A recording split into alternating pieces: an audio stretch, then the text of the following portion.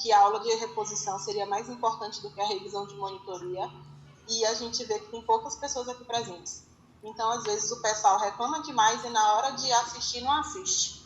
Então, é fácil falar e agora não quer vir pra cá. Assim, a gente está fazendo o possível para poder atingir todos, né? Então, essas aulas não tem chamada, não tem presença, nem nada, né? É realmente só para vocês poderem ter acesso ao conteúdo mesmo, né? Para facilitar a vida de vocês. Antes da gente entrar no assunto, eu queria conversar algumas coisinhas rapidinho. Primeiro que na segunda-feira, quando eu entreguei a prova, vocês pontuaram algumas coisas que eu fiquei matutando, né? E aí eu pensei, uma é que vocês tinham pedido para a prova da segunda unidade ser uma prova somente objetiva, sem questões subjetivas. E eu disse a vocês que eu faria questão de cobrar uma questão subjetiva. Só que aí eu estava pensando melhor e tem dois fatores que fizeram mudar de ideia.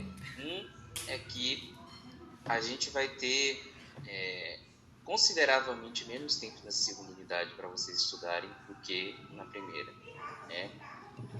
A gente vai estar dando essa segunda unidade num período muito menor de tempo, né? Então, realmente, para vocês estudarem vai ficar pesado. E segundo, que eu também teria pouco tempo para correção das provas, porque eu vou aplicar a prova dia 12, mas eu tenho que já dar uma resposta para vocês o mais rápido possível, para que quem for fazer a prova substitutiva no dia 19 já saiba disso, né? Então, eu vou fazer a prova e já fazer a correção, e acho que na quarta-feira, 14, vocês já devem ter as notas de vocês. Então, em função disso, eu vou fazer a segunda prova realmente só objetiva, né? Esse aspecto vocês podem ficar um pouco mais tranquilos. Nessa primeira prova, o resultado das questões objetivas foi muito positivo, né? Realmente, o que eu percebi que vocês tiveram mais dificuldade foram as questões subjetivas. Então, pelo menos nessa segunda prova, a gente vai só fazer uma prova só objetiva. Outra coisa foi que a Adriane falou comigo perguntando, professor, qual vai ser o conteúdo da prova da segunda unidade? Olha, eu queria determinar isso quando estivesse um pouquinho mais perto, porque eu queria ver como é que a gente vai ver os assuntos, né? Quais assuntos a gente vai ter um domínio melhor, tá? Então, pelo menos ali quando estiver na altura do dia 5 de junho, aí eu tenho uma ideia melhor de do que eu posso cobrar ou não. E aí tem aula que eu posso dar aula extra, né, de conteúdo, só para matar o conteúdo mesmo, mas não necessariamente cobrar em prova, tá? Então vocês ficariam um pouco mais tranquilos. Mas eu não vou querer determinar isso agora, vai chegar um pouquinho mais perto. Diga, Yasmin. Professor, eu estou só com uma dúvida, porque a gente vai ter a prova e a gente ainda tem o trabalho. O senhor chegou a ler os arquivos que a gente mandou? Eu vou conversar sobre isso também. Qual é o ponto, né? Realmente, o projeto integrador não tem tempo muito hábil para a gente fazer uma apresentação externa, né? Foi um semestre muito atípico, a gente não teve tempo e até mesmo para o conteúdo de sala de aula, vocês perceberam, né, que foi bem apertado. Então, o que é que eu pensei? A gente, em vez de ter uma apresentação em grupo nas escolas, eu pensei da gente fazer uma apresentação em vídeo que ficaria disponibilizada no YouTube, porque aí seria uma forma de pessoas externas à faculdade terem acesso e não ficaria tão pesado para vocês também, né? Eu vou explicar melhor isso na segunda-feira, antes da gente, embora a gente não tenha aula, eu vou ter um momento com vocês que a gente vai ter que ir assistir o congresso. Então, antes ali de a gente descer para o congresso, eu vou parar para explicar para vocês o que é que eu pensei, mas basicamente seriam vídeos de 5 a 10 minutos que cada grupo teria que fazer, com base nesse material que vocês me entregaram agora, né, de tirar dúvidas sobre aqueles temas que foram determinados. E aí o projeto integrador ele vale 3 pontos. E aí eu pensei, a avaliação ficaria assim, 1,5 ponto nesse vídeo, né? E a outra metade ficaria metade dos mapas mentais, né, que vocês me entregaram, metade dessa parte agora dessas entrevistas que foram feitas que vocês me trouxeram. Então fecharia aí redondinho 3 pontos do trabalho em grupo. Certo? O que é que vocês acham? Vocês acham que é ok? Eu acho que não fica tão pesado para vocês. Diga. Eu acho que fica melhor desse jeito. Até porque vai juntar com um monte de outras coisas, um monte de outras atividades. Então acho que fica mais fácil para a gente montar. Pronto. E aí é tranquilo, vocês... É um grupo que tem pelo menos 8 pessoas, não fica tão pesado assim, né? Dá para vocês darem conta direitinho e vocês vão ter aí 2 semanas a 3 semanas para poder fazer o trabalho, né? Não é nada muito complicado, vocês já pesquisaram, vocês já têm o conteúdo com vocês, é só realmente montar essa apresentação através de um vídeo, né? E não precisa também ser nada extremamente sofisticado, extremamente complicado, não. É um vídeo simples apresentando, né? Vocês conseguem dar conta de fazer isso, a gente publica no YouTube e aí você tem essa disponibilização desse conteúdo para a comunidade externa, a FAICPA, né? Diga, Luiz. Tá, só para me situar em questão de tempo, no caso o projeto integrador vai ser antes do dia 14, antes do dia 15, né? Eu vou colocar provavelmente essa entrega para ser até o dia 12, que é o dia da prova. E aí eu coloco para vocês publicarem, me mandarem o link por e-mail ou na aba do ambiente virtual, tá? Até o dia 12. Tá certo. Obrigado. Pronto. Tranquilo? Alguma dúvida? Alguém quer fazer alguma pergunta ou podemos ir para o conteúdo? Tudo certo, então, né? Não, pode continuar. Pronto, então beleza. Então hoje eu pretendo concluir formação dos contratos, né, que é o tema que a gente parou aí no meio do caminho. Vou abrir aqui os slides. Gente, eu postei no ambiente virtual os slides de evicção e vícios redivitórios e vou postar depois esse daqui de formação dos contratos, tá? E alguém tinha me pedido na segunda-feira, professor, o senhor avisa qual é o próximo tema e tal. Não sei se vai dar tempo da gente começar hoje, acho que não, mas depois de formação dos contratos a gente vai dar a interpretação dos contratos. E depois de interpretação dos contratos a gente vai ver contratos em espécie, tá? A parte de contratos em espécie obviamente, né, não tem como você ver na disciplina de teoria geral dos contratos todos os contratos esboçados. O que a gente sempre vê Professor, só um instante. Tem outra aluna pedindo para entrar, mas ela está com o nome da mãe, Sidneia. O senhor aceitar não está aparecendo aqui não, por enquanto. Tá, vou pedir para ela tentar entrar novamente. Se aparecer, todo mundo que está pedindo para entrar na sala, eu tô permitindo. Só que não está aparecendo aqui realmente. Apareceu aqui agora Antônio Vieira. Antônio é aluno. Mas enfim, então a gente vai ver os contratos em espécie, aqueles contratos principais, né? A gente vai caminhar aí pelos contratos principais dos contratos em espécie e por fim a gente conclui com o direito do consumidor, embora vocês possam perceber que tudo que a gente apareceu aqui agora, Sidney, tudo que a gente está dando, eu sempre estou fazendo questão de incluir, né, como isso é visto no direito do consumidor, que não é para deixar tudo no final e falar de direito do consumidor.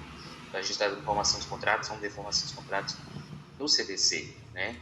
Tudo conforme também o CDC.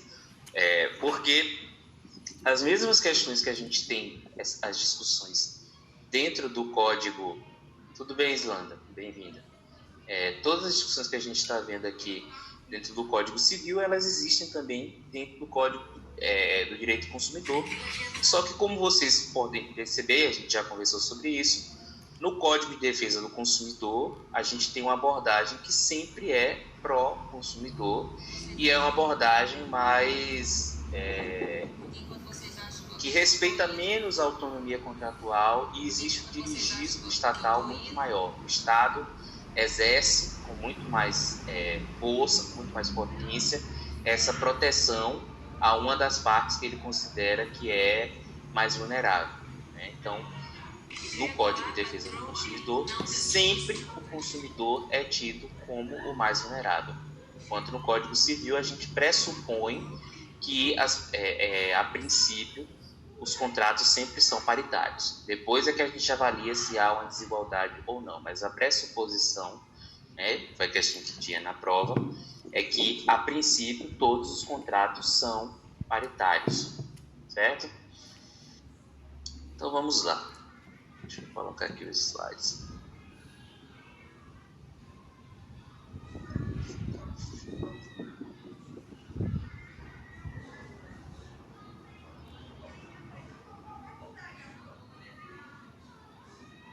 Tá aparecendo aí para vocês?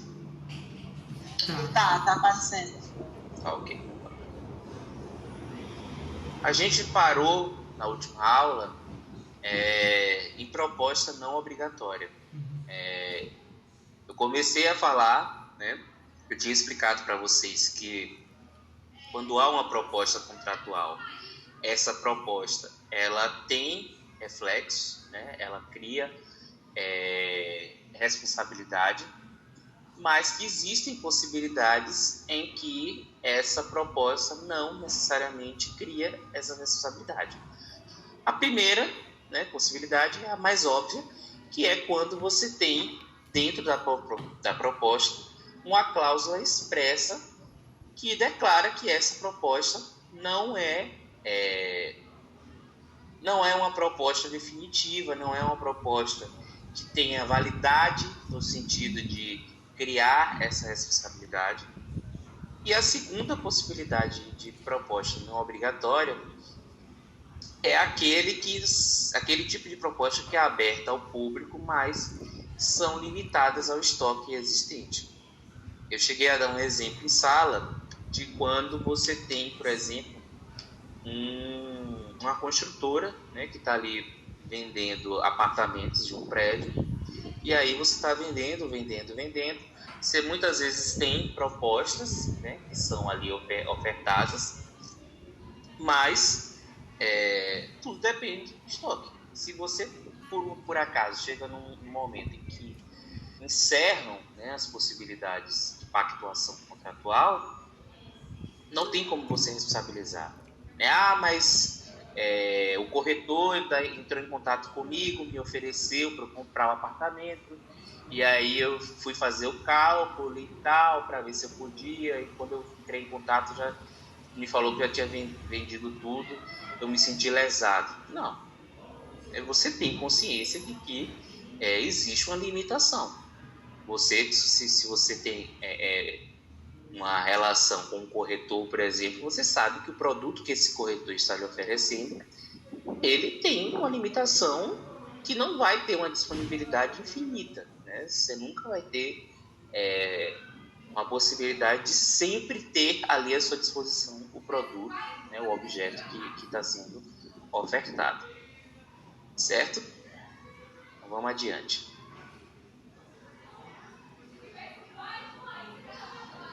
Conforme o artigo 428 do Código Civil, a oferta não vincula o proponente em razão das circunstâncias do caso. E aí tem 4 possibilidades aqui que estabelecem uma não vinculação. Primeiro, se feita sem prazo a pessoa presente, não foi imediatamente aceita. Segundo, se feita sem prazo a pessoa ausente, tiver decorrido tempo suficiente para chegar à resposta ao conhecimento do proponente. Terceiro, se feita a pessoa ausente, não tiver sido expedida a resposta dentro do prazo dado. e se antes dela, ou simultaneamente, chegar ao conhecimento da outra parte a retratação do proponente. O que está sendo colocado aqui? Primeiro que é importante situar vocês que o nosso Código Civil ele é do ano de 2002. Então, assim, tem algumas discussões do Código Civil que hoje não é que não fazem sentido, mas assim, a gradação, a gravidade das coisas que são discutidas ali perdem um pouco da sua essência porque o mundo mudou. Então, por exemplo, tem-se muitas discussões sobre pessoas ausentes. Por quê? Porque naquela época, né, o instrumento de maior rapidez, maior velocidade no contato, na comunicação, era o telefone. E não era muito comum que as pessoas fizessem contratos, estabelecessem, né, uma pactuação através do telefone. Por quê? Porque tinha muitas vezes a necessidade do documento, da leitura, da palavra escrita.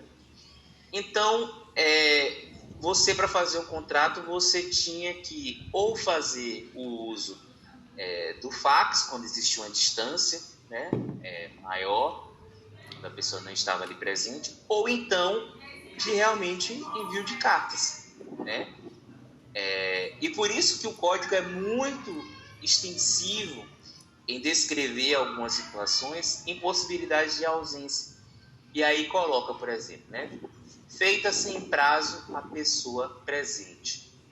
Essa oferta ela tem uma duração. Se não foi estabelecido um prazo mínimo nela, a gente cuida de uma responsabilidade, né? Por exemplo, você fez a proposta ali, a pessoa presente, a pessoa não disse, não dá uma resposta. Você não vai esperar 2 semanas, né, na expectativa de que essa pessoa diga que sim. Você não vai se vincular a isso por 2 semanas. Você espera ali 24 horas, 48 horas, chorando, né? Com muito choro ali, 1 semana. Eu já acho que nem é tão razoável essa 1 semana, mas vai lá, né? Mas tem ali um limite de razoabilidade. Aí quando você tem assim, a pessoa ausente tiver decorrido tempo suficiente para chegar à resposta ao conhecimento do proponente. Em 2002, o tempo que a gente teria, né, para dizer assim, tempo suficiente para chegar à resposta ao conhecimento do proponente, era um tempo muito mais extenso do que hoje. Hoje a gente tem e-mail, WhatsApp, várias possibilidades de contato que são instantâneas. Enquanto naquela época, essas possibilidades eram possibilidades muito maiores de tempo, né, no caso. De possibilidades de tempo muito mais extensas. Então, naquele momento, naquela época, talvez, esse prazo da pessoa ausente seria um prazo de 3 semanas, né? 2 semanas, às vezes talvez 1 mês, se fosse o caso. Então, a vinculação seria muito mais flexível. Professor, mas não tem um tempo exato determinado para dizer o que é o tempo de vinculação? Não tem porque nesse aspecto a lei, e acredito eu que corretamente, não quis ser taxativo, né? O que é correto, porque a lei que não é taxativa é uma lei que dura no tempo. Se fosse uma lei de 2002 que estabelecesse ali em dias qual é o tempo, né, correto, qual é o tempo certo de vinculação, hoje em dia provavelmente esse artigo teria que ser afastado por não ter conveniência com a realidade. Então, nesse caso, o legislador quis realmente deixar meio que aberto aí, e a gente tem que fazer a leitura desse artigo do Código Civil com base na razoabilidade, né? Ou seja, o intérprete, quem está interpretando, tem que ter aí uma razoabilidade mínima para poder aplicar o que está sendo dito nesses artigos. Se feita a pessoa ausente não tiver sido expedida a resposta dentro do prazo dado. Nesse caso aí, se há um prazo, né? Se dentro da proposta coloca lá, você tem um prazo de 1 semana para me responder. Passou uma semana, não foi dada a resposta, não tivesse sido expedida a resposta, a gente aí não tem mais a vinculação. É importante que essa resposta seja pensada, porque muitas vezes a resposta a uma proposta não é simplesmente o aceite e acabou. A resposta muitas vezes vem como uma contraproposta, né? Então há aí de novo uma reorganização dos apelos, né, dos acordos que são estabelecidos e que nessa negociação vão sendo construídos e reconstruídos o tempo todo. Se antes dela ou simultaneamente chegar ao conhecimento da outra parte, a retratação do proponente. Ou seja, existe também a possibilidade de que a pessoa que fez a proposta volte atrás, se arrependa de ter feito a proposta. Então, se a retratação chega ao mesmo tempo ou antes da proposta, né, é uma possibilidade também de não vinculação. Isso tudo a gente pensa muito a partir do momento em que foi concebido o código, né, em 2002. Então, quando fala assim, a retratação chega antes, é você, por exemplo, mandar uma carta por correio. Então, às vezes, chega antes ou ao mesmo tempo. Você imediatamente, ou então você faz um esforço, mandou uma carta antes normal, se arrependeu, manda a retratação para o SEDEX, que chega mais rápido. Então, é tudo pensado nessa perspectiva. Tá? Então, são essas as possibilidades que a gente tem dentro do Código Civil de não vinculação de uma proposta. É a questão da cláusula expressa, a questão do tipo de proposta que existe, se for uma proposta limitada ao estoque, e essas 4 possibilidades que são trazidas no artigo 428. Alguma dúvida? Está tudo claro? Diga, Luiz. Nessa questão, no caso, não existe nenhuma exceção, né? Para o proponente ele pagar perdas e danos. Ou são só esses 4 casos mesmo? Não entendi, Luiz. Fale um pouquinho mais perto do microfone. Eu não escutei direito o que você falou. Dá para ouvir melhor agora ou não? Tô ouvindo, diga. Tá, existe alguma exceção ou são só essas 4? Porque normalmente eu tava lendo aqui, né? E aí tá falando que o proponente, né, de acordo com esses 4 incisos aí, ele é liberado de pagamento de dívidas ou de perdas e danos. Isso. No caso, existe alguma exceção, tipo pro proponente pagar essas perdas e danos ou não? Não, Luiz, assim, a regra é que o proponente, caso ele não esteja nesses casos que eu estou apontando, porque esses casos que eu estou apontando são as exceções. A regra é ele ter que pagar sempre perdas e danos, porque a proposta tem essa vinculação. A proposta cria a responsabilidade. Aí o que eu estou apontando aqui é justamente quais são as possibilidades do proponente conseguir retirar a vinculação da proposta, ou seja, dele não necessariamente ter que pagar perdas e danos, né, em caso de retirada da proposta. Tá, então entendi. Desculpa cortar, professor.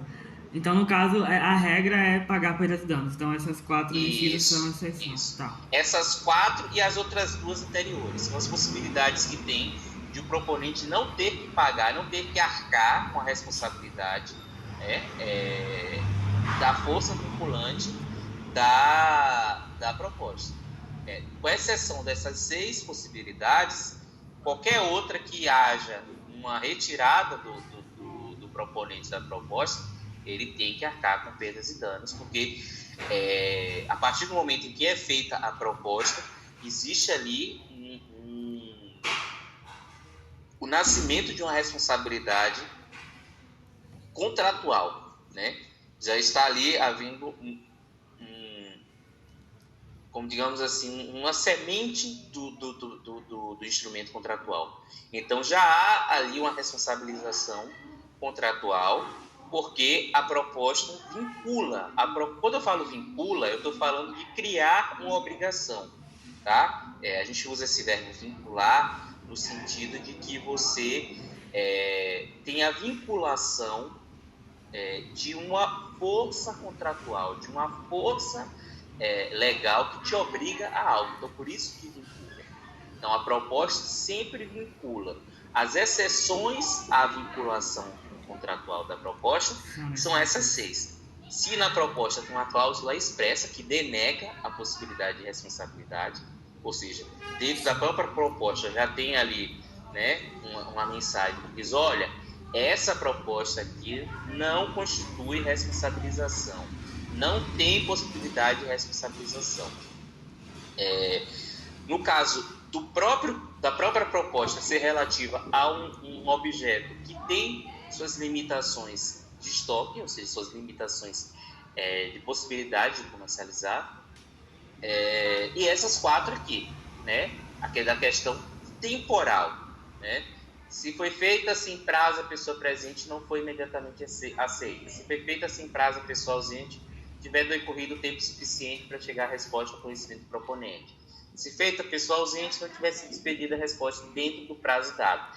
E se antes dela ou simultaneamente chegar ao conhecimento da outra parte, a retratação do proponente. Deu para entender? Alguém está com dúvida ainda? Eu entendi sim, é porque eu tinha confundido um pouco, mas agora deu para compreender melhor. Pronto. Obrigado. Tranquilo, Luiz. Mais alguém? Não? Então, não, para mim está tranquilo. Então vamos adiante.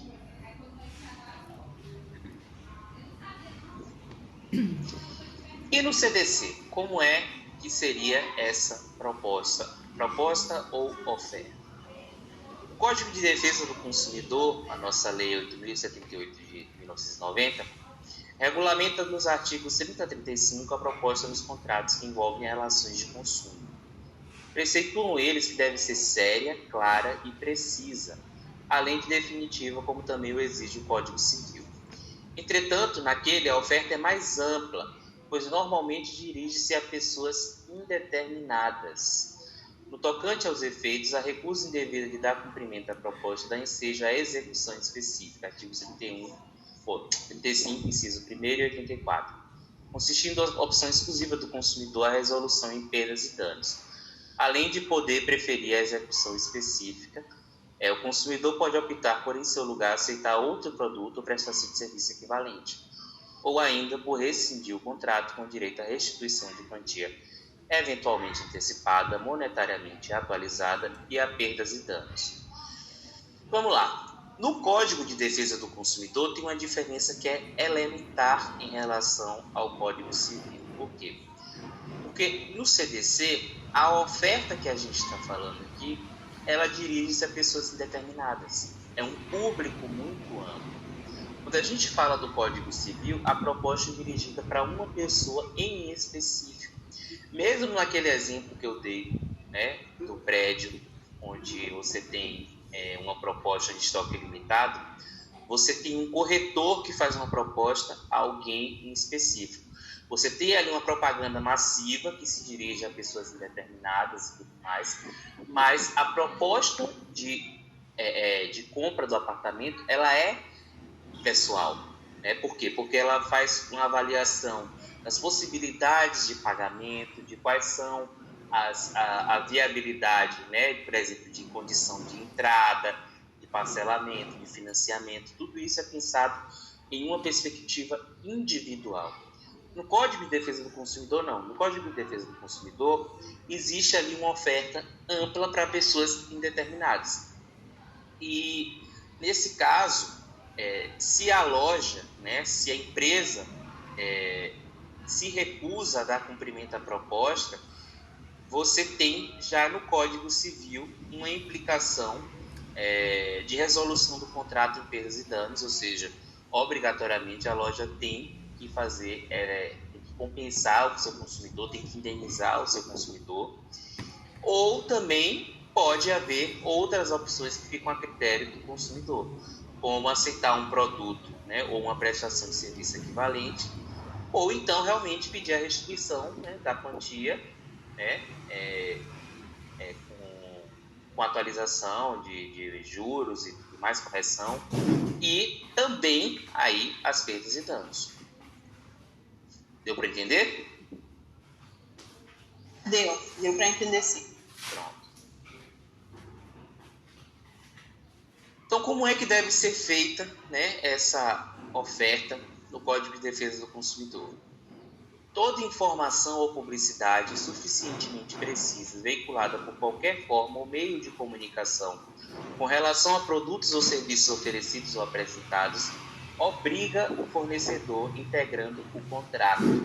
A oferta deve ser clara, precisa, veiculada em língua portuguesa e de fácil entendimento. Se uma empresa construtora verbigraxa menciona na propaganda das unidades habitacionais à venda e estas são dotadas de determinado acabamento, azulejos, metais e pisos de determinada marca de qualidade, por exemplo, tais informações erigem-se à condição de verdadeiras cláusulas contratuais. A proposta aberta ao público por meio de exibição de mercadorias em vitrines, catálogos, anúncios, nos diversos meios de divulgação, etc., vincula o ofertante. O fornecedor deve assegurar não apenas o preço e as características dos produtos e serviços, mas também as quantidades disponíveis em estoque. Deve assim atender a clientela nos limites do estoque informado sob pena de responsabilidade. Então, o que é que está sendo dito aqui? Que essa oferta, né, que você tem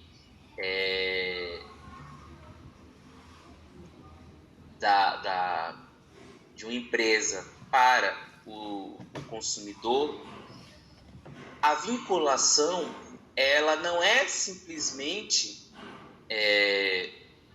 de algo escrito no papel, de algo escrito no contrato. A propaganda também vincula enquanto oferta no Código de Consumidor. Então é por isso que tem um dos grupos do PI que vai falar sobre propaganda enganosa, né? Mas é por isso que é importante a fidelidade da propaganda em relação ao produto. Porque a propaganda é uma forma de oferta, é uma forma de proposta, integra a proposta feita ao consumidor. Então, se você tem na propaganda, né, um produto que a caracterização é muito bonita, muito bem cuidada e tal, ainda que isso não esteja escrito, mas se a propaganda é feita dessa forma, e aí você vai ver o produto é completamente diferente. Tipo o sanduíche da Mac. Exatamente.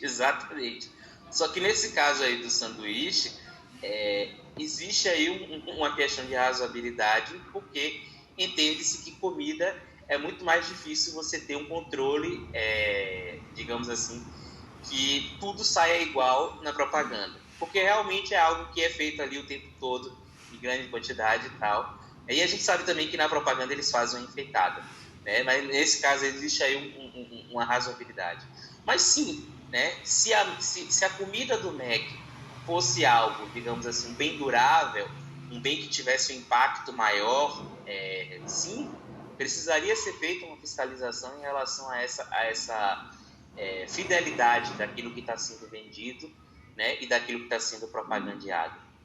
E outra coisa, a oferta, ela vincula o preço às características dos produtos e serviços, mas também uma quantidade mínima disponível em estoque, no caso do Código Civil, que deve ser publicizado. Então, assim, se você tem, por exemplo, um supermercado, né, ou uma loja, né, sei lá, uma Magazine Luiza ou uma Casas Bahia, que são lojas grandes, que estão ali fazendo propaganda de uma televisão em promoção, né, R$2.000 e tal, e aí você chega na loja, tipo assim, tem 2 unidades de produto. Nesse caso, está sendo feita uma propaganda enganosa. Uma coisa é se havia ali um estoque. Tudo bem, né? Aí realmente a empresa não é obrigada a ter um estoque máximo sempre, está ali sempre com estoque, né, disponível. Há essa publicidade, que haja sim também um controle mínimo de uma oferta de estoque para que possa atender as pessoas.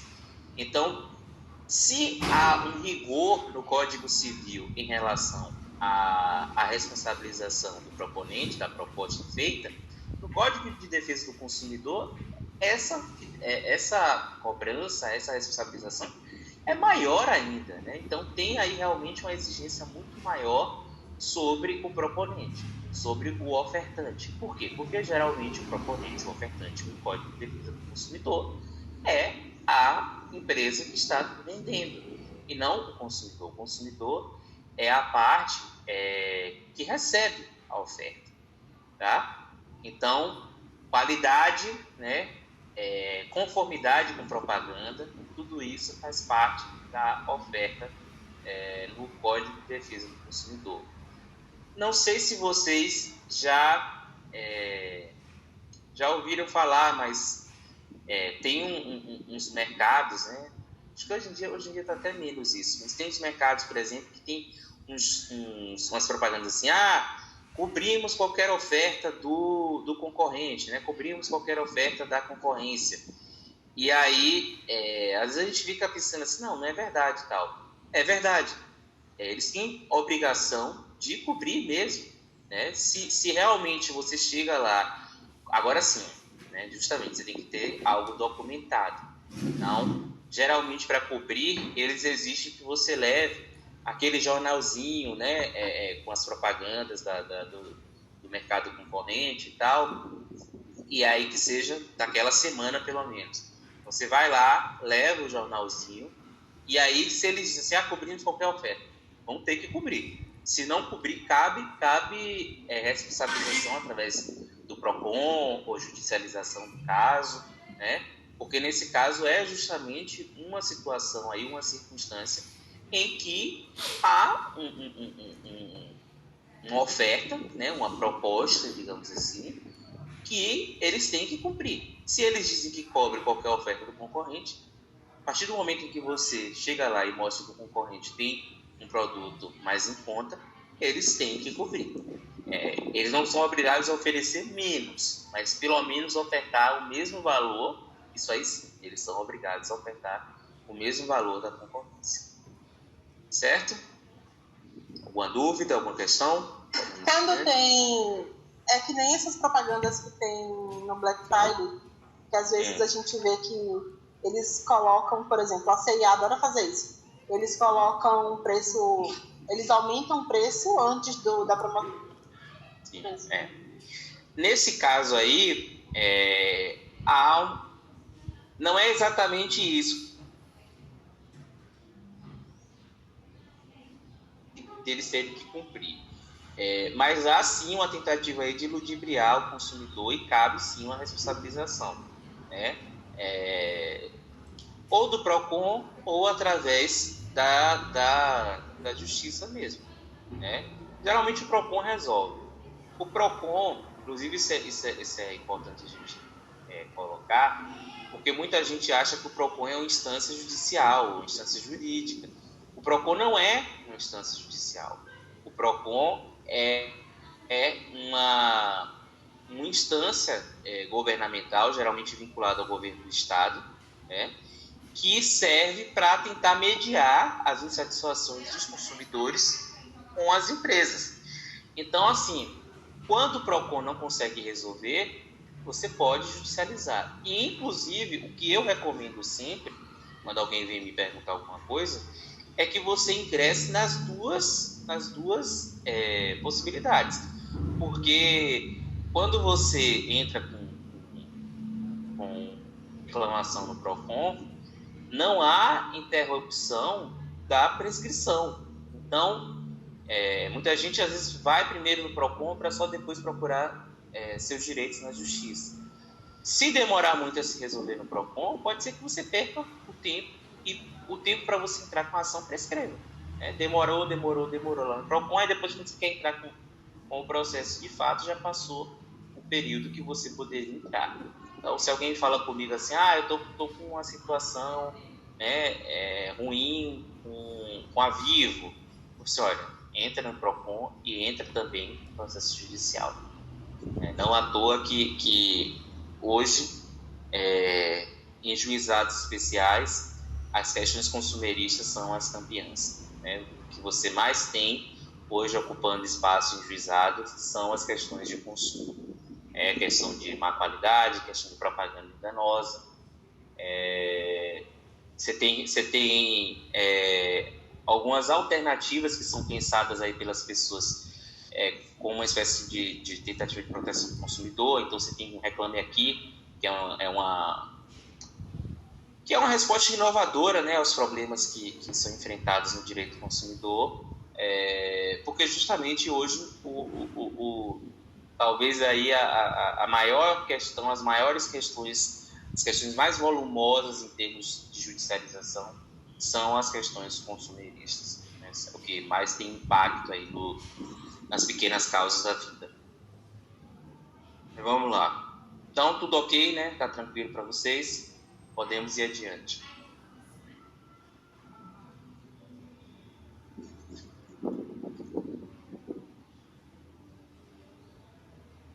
A aceitação.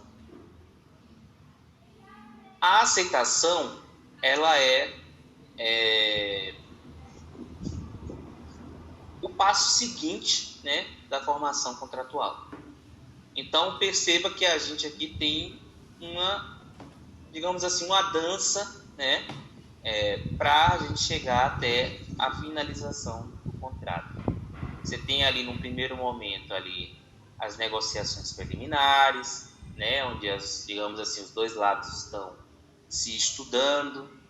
Depois, você tem a proposta, que é quando uma das partes, né, formaliza, né, a oferta, pensa ali naquilo que quer e realmente coloca no papel, em documentação escrita, formalizada,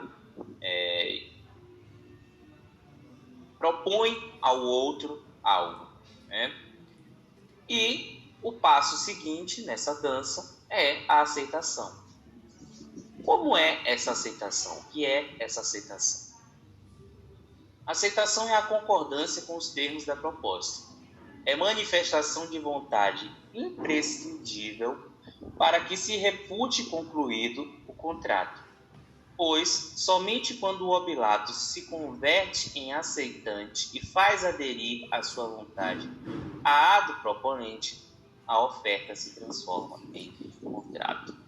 Então, só a partir do momento em que a proposta feita é aceita, a gente tem um contrato. Antes disso, a gente não pode falar ainda em contrato. Existe até uma responsabilidade contratual dentro da proposta, a partir da proposta.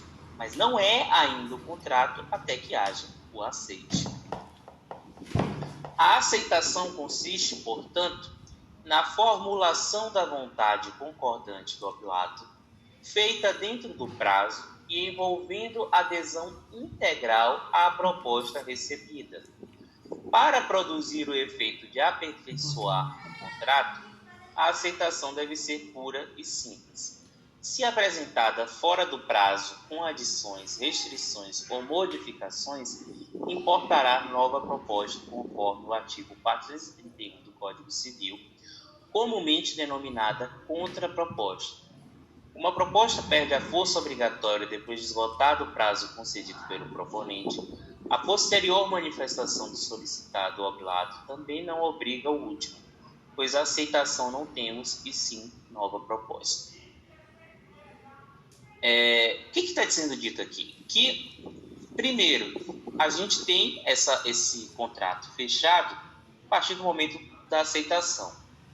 Se a aceitação não é feita nos termos da proposta, o que há realmente não é um aceite, é uma contraproposta, ou seja, uma nova proposta que deve ser aceita pelo proponente inicial, tá? Então, assim, só é possível falar que houve aceite, que houve aceitação, quando há uma concordância explícita e integral. Se não há concordância explícita e integral, ainda não houve um aceite. Houve ali uma formação de uma contraproposta, né? Você pode dizer que as coisas estão se afunilando, estão se ajeitando para que o contrato nasça, mas o contrato ainda não nasceu. É importante frisar, o contrato só nasce a partir da aceitação integral da proposta recebida. Então, vamos supor que eu estou procurando um apartamento para alugar, né? E aí eu estou conversando ali com a proprietária e a proprietária, a gente conversou tudo e tal, já conversamos sobre preço, valor de condomínio, né? Como é que vai ser, data de pagamento e tal.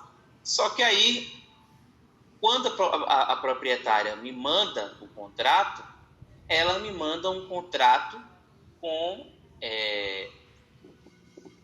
a previsão de validade de 2 anos. E aí, tipo assim, pô, isso aí me quebra. Porque eu não sei se eu vou ficar 2 anos aqui, eu não sei se eu quero ficar 2 anos no mesmo lugar. Então, eu falo com ela. Assim, ela me manda a proposta do contrato, eu analiso e falo, olha, tirando uma coisa, eu concordo com tudo, né? Tá tudo ali dentro daquilo que a gente conversou, mas o tempo de validade do contrato para mim não tá ok. 2 anos para mim não rola, tá muito, muito pesado, muito, muito extenso. Então para mim tem que ser 1 ano, né? E aí ela fala, não, tudo bem então. Então, em vez de 2 anos, realmente fica 1 ano, não tem problema, tá ok. A aceitação não foi minha, não fui eu que aceitei a proposta dela.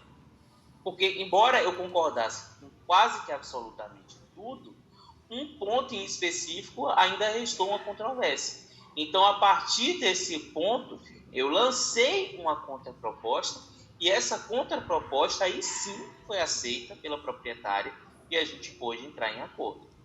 Então, percebam que essa dança que eu falo, né, de fazer ali o contrato sair, não existem posições fixas das pessoas que estão ali contratando. Você pode ter um momento que um é o policitante e o outro é o obilato, e de repente essas posições se inverterem. De repente o obilato faz uma proposta, né, uma contraproposta, uma nova proposta, e quem era policitante vira obilato, e quem era obilato vira policitante. Tá? É preciso que haja aceitação integral. E se eu coloquei um prazo de resposta e esse prazo foi ultrapassado, a pessoa me respondeu fora do prazo. Não existe, nesse caso, vinculação da proposta, mas você pode, sim, ouvir e querer fechar contrato depois disso. Só que quando a pessoa responde fora do tempo previamente estabelecido, aquilo ali já não é mais uma aceitação, aquilo ali é uma nova proposta que deve ser aceita por aquele que antes era o proponente. Tá claro para vocês? Às vezes eu acho que fica um pouco confuso essa dança de quem é proponente, quem deixa de ser proponente e passa a ser obilato e tudo mais. Tá tranquilo? Tudo certo, professor. Pronto, beleza, então. A aceitação pode ser expressa ou tácita. A primeira decorre de declaração do aceitante manifestando a sua anuência. A segunda, de sua conduta reveladora do consentimento. O artigo 432 do Código Civil menciona 2 hipóteses de aceitação tácita, em que se reputa concluído o contrato não chegando a tempo à recusa. Quando o negócio for daqueles em que não seja costume a aceitação expressa, ou B, quando o proponente a tiver dispensado. Perceba que a gente tem 2 possibilidades de aceitação. Quando se trata de contrato que tem uma exigência maior de formalidade, não tem como a aceitação ser uma aceitação tácita. A aceitação precisa ser expressa. Quanto mais formal, quanto maior a formalidade do contrato, maior a necessidade de que a aceitação seja de forma expressa. E alguém pode supor aí qual é a forma mais clássica de aceitação expressa? Forma clássica. Não sei. Quando existe aceitação expressa, como é que se expressa essa aceitação? Quem pode me dizer? Hein, gente? Vamos lá, vocês sabem isso. Como é que as Sei pessoas lá, por vão... meio de declaração. Não sei, a gente bateu na trave.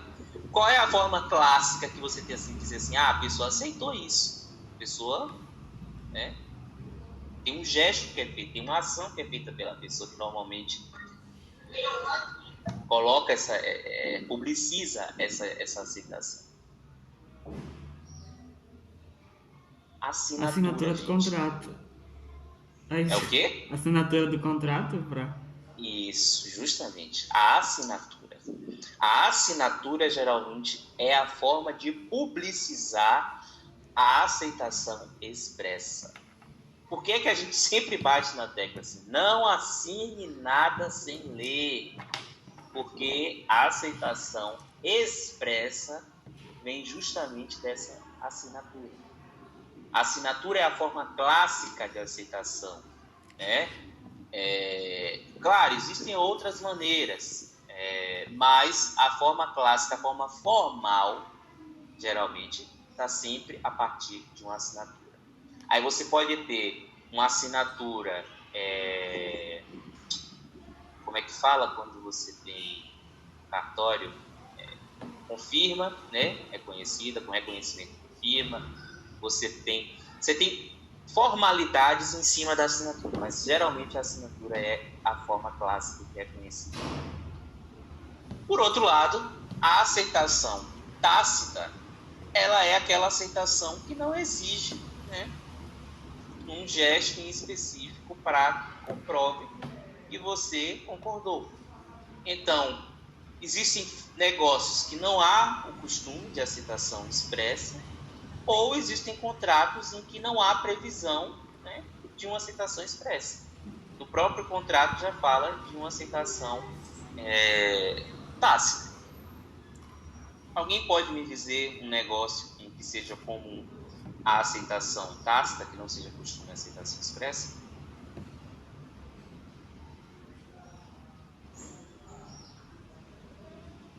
Vamos lá, gente. Coisa simples. O tempo todo vocês estão fazendo... O inventário não, né? Oi, Luiz? Inventário? Não sei se está certo, mas... Não, gente, o tempo todo vocês... é quando não é explícito que nem a assinatura do contrato, né? É quando a gente faz, tipo, verbalmente, a gente aceita um acordo assim. Verbalmente. Eu e Luiz, a gente decide vender, ele decide me vender o celular dele, mas a gente não precisa de um acordo nem de assinar um contrato para isso. Pronto. A gente firma informalmente, isso aí. É mais ou menos isso, mas ainda tem um pequeno equívoco no que você falou, porque assim, a aceitação tácita, ela não é que ela seja verbal, porque quando você expressa verbalmente, você ainda está expressando, você está publicizando. É quando não existe nem a necessidade de você ter essa intermediação contratual. Todo dia a gente está, o tempo todo, estabelecendo contratos. Quando você vai na cantina, quando você vai na lanchonete e compra uma água, você está ali estabelecendo um contrato. Só que é algo que é tão trivial, é algo que é tão comum, em que há uma aceitação tácita. Você não precisa chegar lá na lanchonete e falar assim: oi, fulana, eu estou aqui trazendo uma proposta para você me vender aquela garrafa de água. Eu quero pagar R$2 nela, você aceita? Aí ela: não, o preço mínimo para a garrafa de água é R$2,50. Você aceita pagar R$2,50 na garrafa de água para que eu possa lhe vender? Sim, fulano, eu aceito pagar R$2,50 na garrafa de água para que eu possa comprá-la. Ah, então pronto, então temos um acordo fechado. Não tem necessidade disso. Não tem uma necessidade de que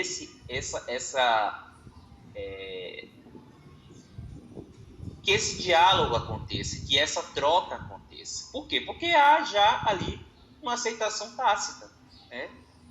Fulano, me dá uma água aqui, por favor. Você dá os R$10, ela pega ali, tira o troco, ele dá o troco, pronto. Foi feita ali uma transação, né? Uma transação perfeita. Teve início, meio e fim, concluiu-se, né? e que não há uma formalidade, não há uma necessidade de formalização e tudo mais, embora tenha sido realizada dentro de todos os padrões mínimos para que haja uma transação comercial contratual, né? Houve ali tudo aconteceu em conformidade, né? Claro, nesses casos de consumidor, quase sempre não há possibilidade de discussão do contrato, porque é um contrato de adesão, né? Você quer X, você paga, você recebe. Não tem possibilidade de você estar ali discutindo, eu quero pagar R$2 na água. Não, a água é R$2,50. Então vamos negociar aqui. Quando se trata assim de, às vezes, feira, né? Feira livre, que às vezes você até tem essa possibilidade ali de dialogar, de tentar negociar ali com o vendedor, né? Tem esse momento aí de uma negociação preliminar, você discutir, você aceita e tal, você lança uma proposta, outra aceita e tal. Mas, em geral, não tem essa parte, né? É só o toma lá da cá. Mas é um momento em que há uma aceitação tácita, uma aceitação silenciosa do contrato, uma aceitação que não precisa ser expressa, né? Que não precisa ser ali colocada na forma formalzinha e tudo mais. Entendeu? Deu para entender? Sim, professor. Pronto.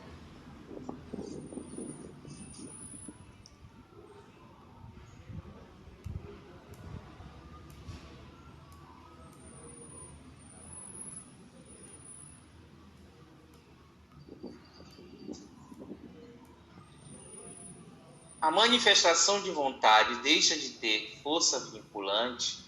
Letra A. Se a aceitação, embora expedida a tempo por motivos imprevistos, chegar tarde ao conhecimento do proponente, ou seja, conforme o artigo 430 do Código Civil, primeira parte. Assim, se embora expedida no prazo, a aceitação chegou tardiamente ao conhecimento do policitante, quando este, estando liberado em virtude do atraso involuntário, já celebrara negócio com outra pessoa. A circunstância deverá ser, sob pena de responder por perdas e danos, imediatamente comunicada ao aceitante, que tem razões para supor que o contrato esteja concluído e pode realizar despesas que repute necessárias ao seu cumprimento. O que a gente está falando aqui? De quando há a aceitação, mas essa aceitação ela não cria o vínculo porque ela não formaliza o contrato. Ela não chega a fechar contrato, mesmo que essa aceitação seja emitida. Por quê? Porque, às vezes, ela não chega a tempo. E aí, passa um prazo que a gente tinha conversado antes, né, de razoabilidade da proposta e tudo. E aí o proponente deixa, né, ele acha que o aceitante, que o oblado, né, não tem interesse na proposta que ele fez, então ele deixa para lá e ele faz a proposta a outra pessoa e aí ele fecha o contrato, né, com aquela outra pessoa, só que aí chega com atraso a aceitação daquele oblato anterior. Qual é a reação correta? Ele precisa comunicar o mais rápido possível ao aceitante o que aconteceu, né, sob possibilidade de sofrer com perdas e danos. Mas aí a culpa não foi dele, foi porque realmente houve um imprevisto. Sim, mas ainda que a culpa não tenha sido dele, ele tem que cumprir com determinados deveres mínimos, né? Se ele já negociou com outra pessoa, porque realmente o prazo não foi cumprido a tempo, então ele tem que ter esse dever de comunicar, né, ao aceitante o que aconteceu e que ele firmou o contrato, no fim das contas, com outra pessoa. Se antes da aceitação ou com ela chegar ao proponente a retratação do aceitante. Dispõe com efeito o artigo 433 do Código Civil que se considera inexistente a aceitação se antes dela ou com ela chegar ao proponente a retratação do aceitante. Verifica-se que a lei permite também a retratação da aceitação. Ou seja, se a lei permite que o proponente se retrate, né, ele se arrependa da proposta que ele fez, o aceitante também pode se arrepender de ter aceitado. Agora, é naqueles termos em que eu tinha colocado para vocês. Tem que ser simultâneo ou anterior. Não pode demorar, porque às vezes é o tempo que a parte que está ali envolvida com o contrato já vai